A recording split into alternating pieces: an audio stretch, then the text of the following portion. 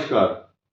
सभी दर्शकों का बहुत बहुत स्वागत। आज हम चर्चा कर रहे हैं अश्विनी नक्षत्र की। लेकिन ये वीडियो उन 12 लग्न के लोगों के लिए है, 12 के 12 लग्न, मेष से लेकर मीन लग्न तक। लेकिन शर्त यही है कि आपका अश्विनी नक्षत्र होना चाहिए। अश्विनी नक्षत्र का तुला लग्न हो, कर्क हो, वृश्चिक, धनु और मेष लग्न हो तो भी चलेगा। और मीन राशि, मीन लग्न तक 12 के 12 लग्न, लेकिन नक्षत्र होगा ये। कारण क्या है?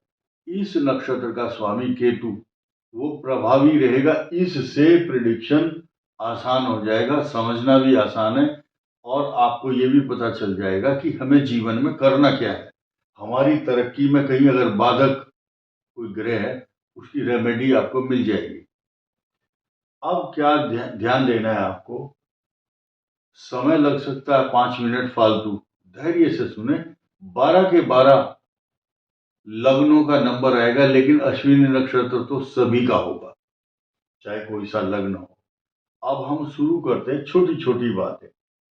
आपका अश्विनी नक्षत्र है और कोई भी लग्न हो, 1 से लेकर के 12 तक। अगर आपकी कुंडली में केतु अगर 3, 6, 10 और 11 भाव में बैठा, कोई भी लग्न हो आपका, ये सूत्र बता रहा हूं, सिद्धांत बता रहा हूं, तरीका बता रहा हूं, तो दुनिया में आपको पीछे धकेलने वाला कोई नहीं मिलेगा। कई करोड़ लोगों की भीड़ को चीर करके आप आगे निकल जाएंगे और आपका नाम होगा दुनिया में। ये तो हुआ एक सूत्र। दूसरी बात, इस राशि का जो अश्विनी का जो स्वामी है वो केतु है, इनकी महादशाओं का वर्णन भी होगा। ये भी जैसे कि केतु आपका कहीं भी बैठा हो, मतलब सॉरी, आपका 12 लग्न में कोई भी लग्न हो, और मैंने बताया केतु यहां ये 3, 6, 10 और 11 में है, या इनके स्वामी के साथ केतु का संबंध है या बैठा है, उस इन स्थानों के स्वामी के साथ बैठा है केतु। बहुत बुद्धिजीवी लोग हैं, बड़ा एक एक चीज को नोट करते हैं दर्शक, तो पीछे मुड़ के कभी नहीं देखोगे। ये एक मैंने सूत्र दिया। दूसरा सूत्र क्या है कि आपका मेष से लेकर मीन लग्न तक नक्षत्र अगर अश्विनी है तो महादशाएं तो बिल्कुल एक जैसी ही रहेंगी सबकी। तो महादशाओं पर भी आऊंगा मैं, लेकिन वो महादशाएं फल सबको अलग अलग देंगी। कारण क्या है कि लग्न बदल जाएगा तो महादशाओं के फल भी बदल जाएंगे। ध्यान देना है आपने कि साढ़े साथी तो सभी की चल रही है। लग्न कोई भी हो, साढ़े साथी का हिसाब तो अश्विनी नक्षत्र से ही चल रहा है। ठीक है, अब आगे बढ़ते हैं। मैं फिलहाल शुरुआत करता हूं महादशाओं की इस लग्न से, इस मेष लग्न से। मेष लग्न से ध्यान दीजिए कि केतु की महादशा रही है। पहला दूसरा चरण है तो अलग दशा है, और तीसरा और चौथा चरण तो अलग दशा होगी। तो ये आप बैलेंस चेक कर सकते हैं अपनी कुंडली में, आपकी केतु की महादशा कितनी है। अब आई शुक्र की महादशा। शुक्र की 20 साल की महादशा। तो ये जो सूत्र दिया जा रहा है आज आपको, ये आपकी पूरी लाइफ का चिट्ठा है, पूरी लाइफ का रिकॉर्ड है। बार बार आपको पूछना नहीं पड़ेगा किसी से, ये आपके लिए फाइनल है। अब क्या है कि शुक्र की महादशा, शुक्र कहाँ बैठा है ये ध्यान देना है।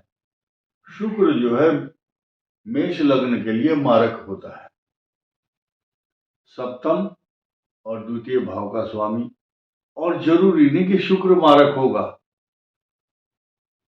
भविष्य में बृहस्पति 12वें भाव या अष्टम भाव के स्वामी के साथ जब अंतर और प्रत्यंतर आता है वो भी मारक बनता है। तो इसलिए ऐसी स्थिति में बहुत सचेत और सावधान होकर चलना चाहिए। अब ये आया सिर्फ शुक्र। अब सूर्य दशा बहुत अच्छी रहेगी। सूर्य कहाँ बैठा है ये भी निर्भर करता है, यहाँ अच्छा फल नहीं देता, यहाँ रोग कारक, यहाँ बंधु बांधवों के साथ कष्ट कारक। ये उसके बाद आया चंद्रमा। सूर्य की दशा 6 साल और 10 वर्ष चंद्रमा की महादशा। 7 साल फिर मंगल, ये शुभ रहेगा क्योंकि मेष का स्वामी मंगल है। 10 साल चंद्रमा की महादशा, चतुर्थ भाव के स्वामी की दशा है, इसलिए चंद्रमा सोना चांदी मकान प्रॉपर्टी पैसा सब कुछ देगा, लेकिन शनि की 7.5 में फल अलग अलग होंगे। ध्यान देना, दशाओं के साथ साथ और गोचर के साथ साथ। फिर उसके बाद मंगल भूमि भवन वाहन देगा और कोई सर्जरी भी दे सकता है अगर मंगल की दृष्टि अच्छी नहीं है तो। 18 वर्ष राहु और 16 वर्ष बृहस्पति और 19 वर्ष शनि की महादशा आपके लिए वरदान बनती है। जो जो प्रिडिक्शन बताया है मेष लग्न के लिए, मेष वही लक्षण 90% वृषभ के लिए होंगे और वही होंगे मिथुन के लिए। कर्क में आने के बाद लक्षण बदल जाएंगे। अब कर्क लगन होगा तो आपका चंद्रमा यहां 10वें भाव में होगा। ये कर्क लगन है, यहां से 10वां भाव है ये चंद्रमा। अब मैं बार बार इसको बोर्ड को मिटा करके नए नए लगन नहीं बना सकता, मुझे रोज का आइडिया है, इसलिए मुझे पता है ये यहाँ से ये 10वां भाव, ये राजयोग देता है आपको, क्लास 1 अफसर बनाता है, बहुत ऊंचे पद पर पहुंचा देता है। लेकिन दशाएं वही रहेंगी, केतु शुक्र सूर्य चंद्र मंगल राहु बृहस्पति और शनि और बुध की महादशाएं ये रहेंगी।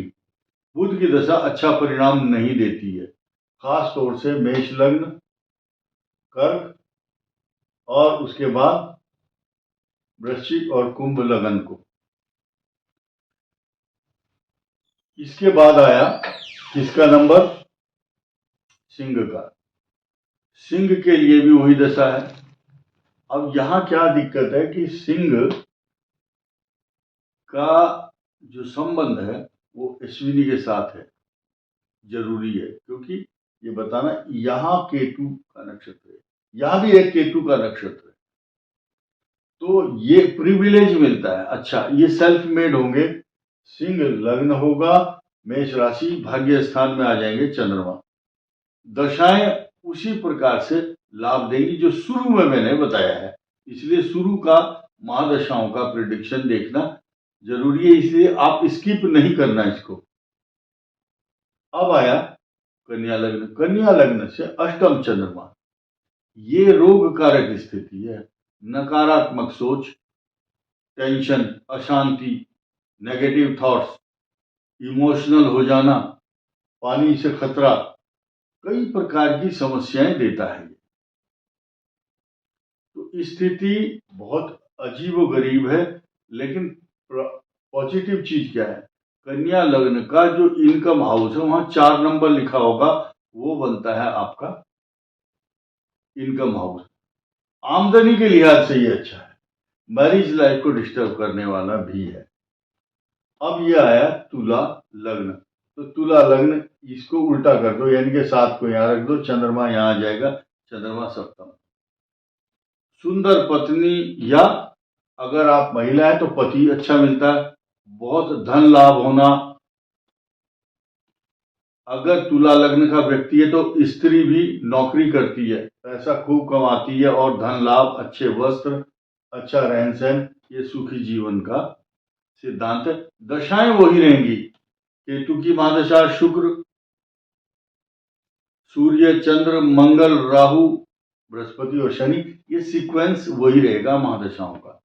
और फिलहाल जो 7.5 चल रही है, इस 7.5 के दुष्प्रभाव अलग अलग राशियों को, अलग अलग लग्नों को, अलग अलग महादशा चल रही, उस हिसाब से फल मिलते हैं।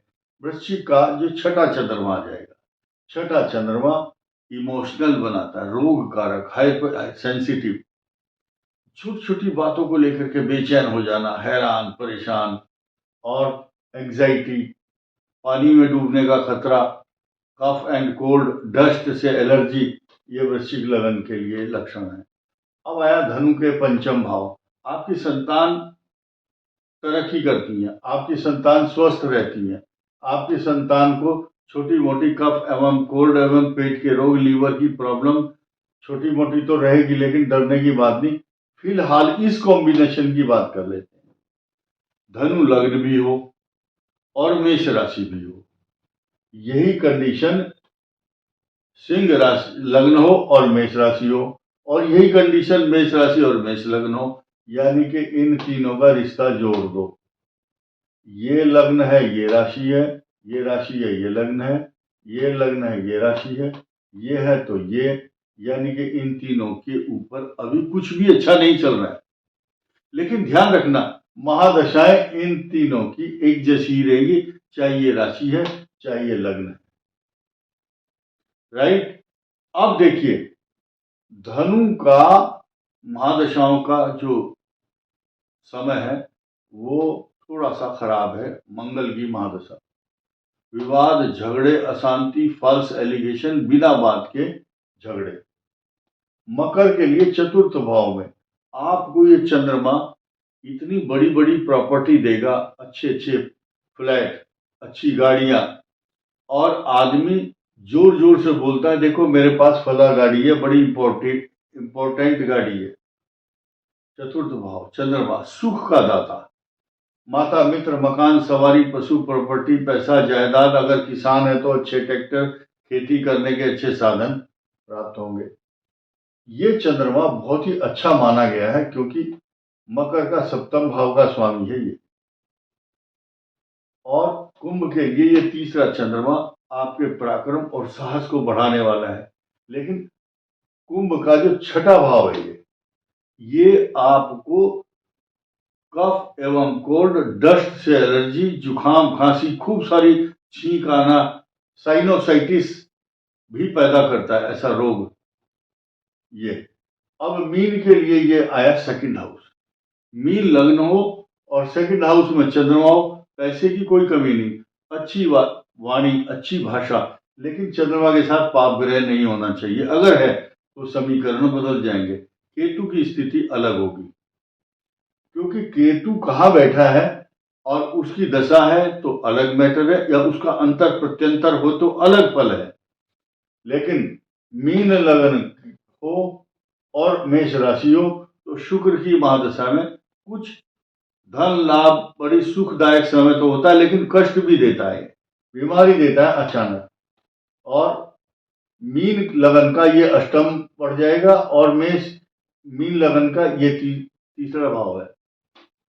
ये दोनों पोजीशन मेष राशि हो और अश्विनी नक्षत्र हो और मीन लग्न हो तो समीकरण अलग हो जाते हैं। फिलहाल शनि की 7.5 को मद्देनजर रखते हुए जितनी ज्यादा बात हम बताएंगे उतने आप कंफ्यूज होंगे, लेकिन शॉर्टकट में ये बताना चाहूंगा कि मेष राशि, अश्विनी नक्षत्र और कोई भी लग्न हो तो सारांश ये है, मैंने शुरू में बताया कि लास्ट में आपको एक टिप दे करके जाऊंगा। आप थोड़ा सा आटा भून लो कढ़ाई में और रखो एक डब्बे में या पॉलीथीन में। जब भी आप बाहर जाते हैं, एक पीपल के वृक्ष के नीचे वो जो आटा भून रखा है आपने, उसमें चीनी या शक्कर कुछ ना कुछ मीठा डालो तो चींटियां खाएंगी। ब्राउन कलर की जो चींटियां अगर आपके उसको खाती हैं, उस ब्राउन किए हुए आटे को, यह आपके लिए बहुत लाभदायक रहेगा। और बहुत सारे लोग ऐसे हैं भी जो गरीब हैं, जिनको खुद भोजन नहीं मिलता, वो दूसरों को क्या भोजन कराएंगे। लेकिन जो जो लोग बहुत सक्षम हैं, पैसा बहुत है, केतु कष्ट कारक है। देखिए केतु कौन कौन से रोग देता है? पाइल्स, केतु देगा सोराइसिस, इन्फेक्शन, अशांति, तनाव, पेट के रोग, और ऑटिज्म एक प्रॉब्लम है बच्चों में, ज्यादातर ऑटिज्म, बोलते नहीं है, लेट हो रहे हैं, तो केतु का रोल है उसमें बहुत बड़ा। क्योंकि जो जीव है, जीव के पीछे दो लेग हैं। जैसे एक तार होते हैं बिजली के, निगेटिव और पॉजिटिव, वो एक हृदय से जुड़ा हुआ और एक मस्तिष्क से। जो ऑटिज्म है वो उसका जो संबंध है केतु से। इसलिए जो बच्चे नेत्रहीन विद्यालय जो होते हैं, उनके लिए उनके माता पिता उन बच्चों के लिए दान करते हैं। कोई अंध विद्यालय है, नेत्रहीन विद्यालय है, या कुष्ठ आश्रम है, कुष्ठ रोगी है, उस आश्रम में वस्त्र, स्वेटर, आजकल सर्दी है, या आप रात को 10 बजे निकलो, 2-3 कंबल ले लो। और जो बड़े बड़े लोग मैंने देखा, कलकत्ता, दिल्ली, चंडीगढ़, लुधियाना, अमृतसर, बहुत लोग, बड़े बड़े लोग हैं, उनके उनके विचार बहुत ऊंचे हैं। तो एक कंबल किसी गरीब को आवश्यकता के अनुसार जरूर देना चाहिए। ऐसा वो कंबल पता नहीं कितने पुण्य देगा आपको, केतु जिसका अश्विनी नक्षत्र वालों का होगा। अब एक और बात, जिसके पास टाइम ही नहीं है, बिल्कुल बिजी है, बाजरा जो है, बाजरा एक अन्न है, उसको इतना हल्का सा दरदरा करो, एक बाजरे के 2 या 3 पीस हो जाएं, मोटा पीस। कबूतर है या वो कोई भी उड़ने वाला पक्षी, अगर छत पे डाल दो या कहीं भी, कई कई तो शहरों में चौराहे हैं बहुत बड़े बड़े, वहां कबूतर हैं, उड़ने वाले जानवर हैं, वो खाते हैं बाजरा या मक्का, कोई भी अन्न है। बाजरा इसलिए बताया गया है क्योंकि केतु का जो सबसे फेवरेट अन्न है वो बाजरा है। आपने देखा होगा जो एक लहसुनिया रत्न होता है, कैटसाइन, तो उसका कुछ शेड जो है बाजरे जैसा होता है।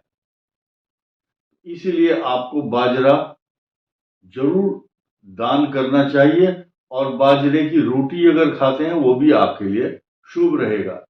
इस वीडियो में इतना ही। धन्यवाद, नमस्कार।